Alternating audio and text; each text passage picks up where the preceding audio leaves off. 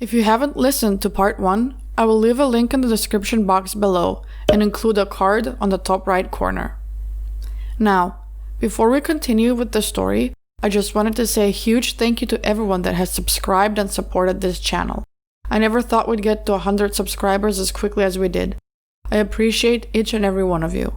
And for the people that haven't subscribed yet, but are fans of darkness and mystery, what are you waiting for?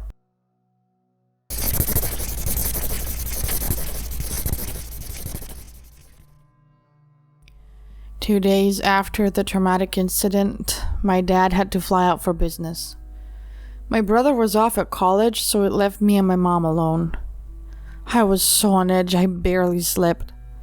My friend called every night, making sure I was okay for the past month. I lived in the middle of the woods, next to a huge river in my backyard, so there was still a lot of wildlife outside in the dead silence of cold months.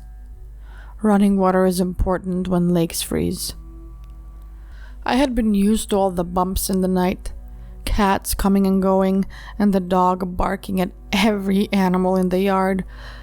But it all seemed new to me as I laid in bed, trying to drown out my fears. The house I grew up in was a 6-bedroom house. I had a little sister too, but she stayed with my grandma in another state per court order, while I was allowed to choose due to her only being 9 and me 16. The other rooms were used as a game room, an office for my dad, a guest room mostly for when my sister visited with my grandma. So in a large house like that, in the middle of the woods, it was scary to virtually be alone, because my mom accounted for defenseless. I was letting my last cat inside for the night. I had 5 who all knew to come in at night for dinner and stayed in till morning. And at the end of the long driveway between my neighbor and our house was parked a black car. I quickly shut the door and locked it after my cat got inside. I made sure all 5 doors were locked and even put a cardboard on the glass door to the pool, hoping if he broke them, it would delay him if the car was his. I went and turned off all the lights and got all my cats into one room so I knew they were safe. Here's the thing about my dog. He's untrained for most part and was basically a giant lab puppy in his mind, but he growled at strangers. We had to keep him outside if we had guests, but he never bit anyone, and if you spent enough time around him, he'd eventually accept you. Also, he didn't growl at all strangers either, so he wasn't the most reliable guard dog. But he was big, and had a deep bark. I mulled over what to do as I sat there in the dark with my dog, waiting for her shadow to pass by the window. I eventually went upstairs to my mom's room and woke her up from her sleeping pill slumber. Groggy and still kind of high, she didn't quite grasp what I was telling her till I started crying.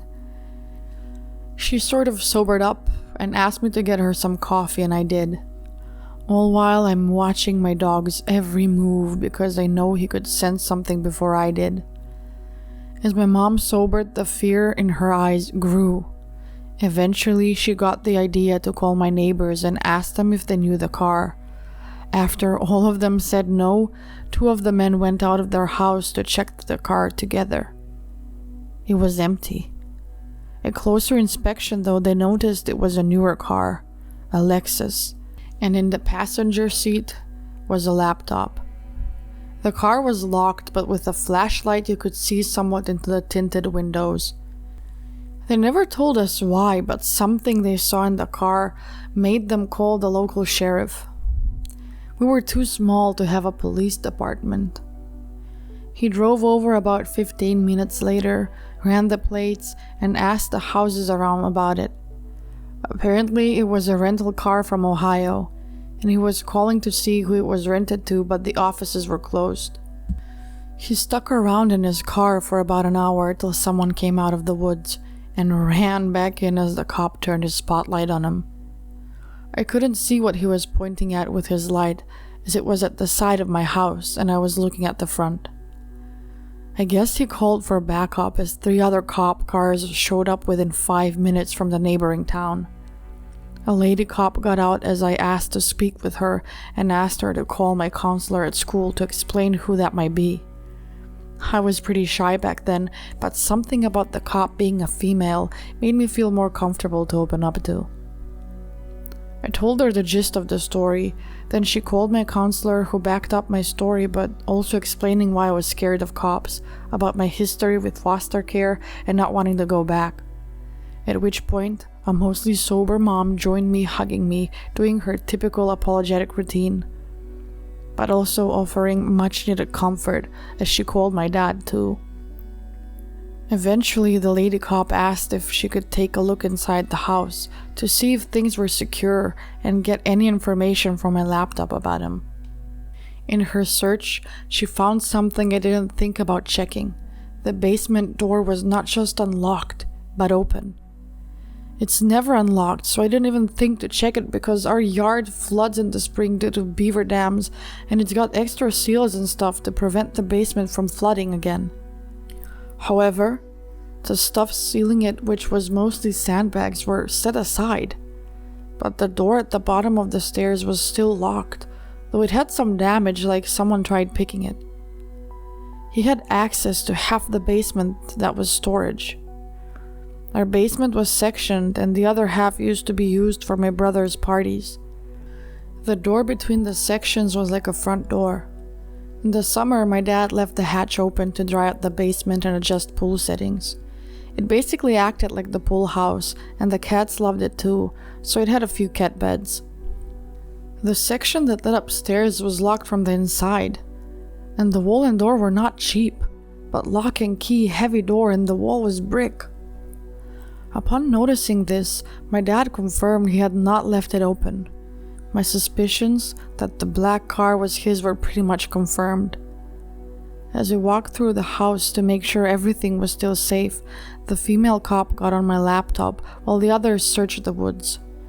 I gave her everything I had, his photos, username, and she even checked to see if his credit card was still on my account, but it wasn't. She then asked to take my laptop for a few days. She thought she could get some good evidence from it.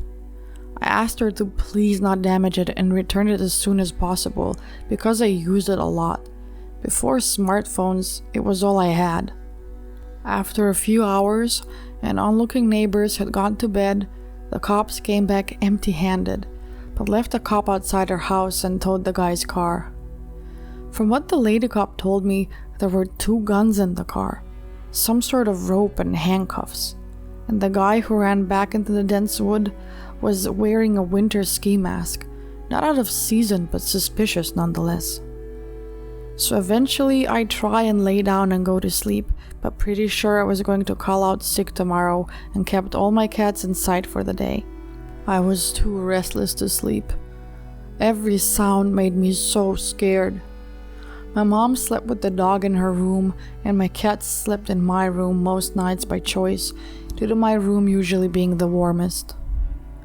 At around 3:30 a.m., I heard a knock at the back door, and a guy saying he's undercover police and to open up. I was still awake at the point, and I walked downstairs to make out a guy standing in the dark with a gun. When he saw me, he demanded I let him in now so he can speak with me. Something felt off. My gut knew it before I did, that this guy's voice seemed forced, like someone purposely making their voice deeper. And why was he at the back door at 3 a.m.? So I turned on a light outside, and sure enough, it was him. I just screamed, and as soon as I did, he started hitting the door hard. It wasn't a very loud horror movie scream, but more like a gasp scream, if that makes sense. I don't think the fear in my body had a loud scream to let out, but the banging was pretty loud as I ran to the front door to see if the officer was still outside. He was, but he wasn't getting out of his car. I didn't want to run outside. I'm not a fast runner, so I turned the porch lights on and off a couple of times, but still nothing. After a minute, my dog came bolting down to the door, barking and growling, nearly foaming at the mouth. Soon followed my mom, who yelled she had a gun. She didn't, but a bluff is a bluff. Somehow during all this, the cop outside had snuck around back and had his gun pointed at him, yelling to put his down.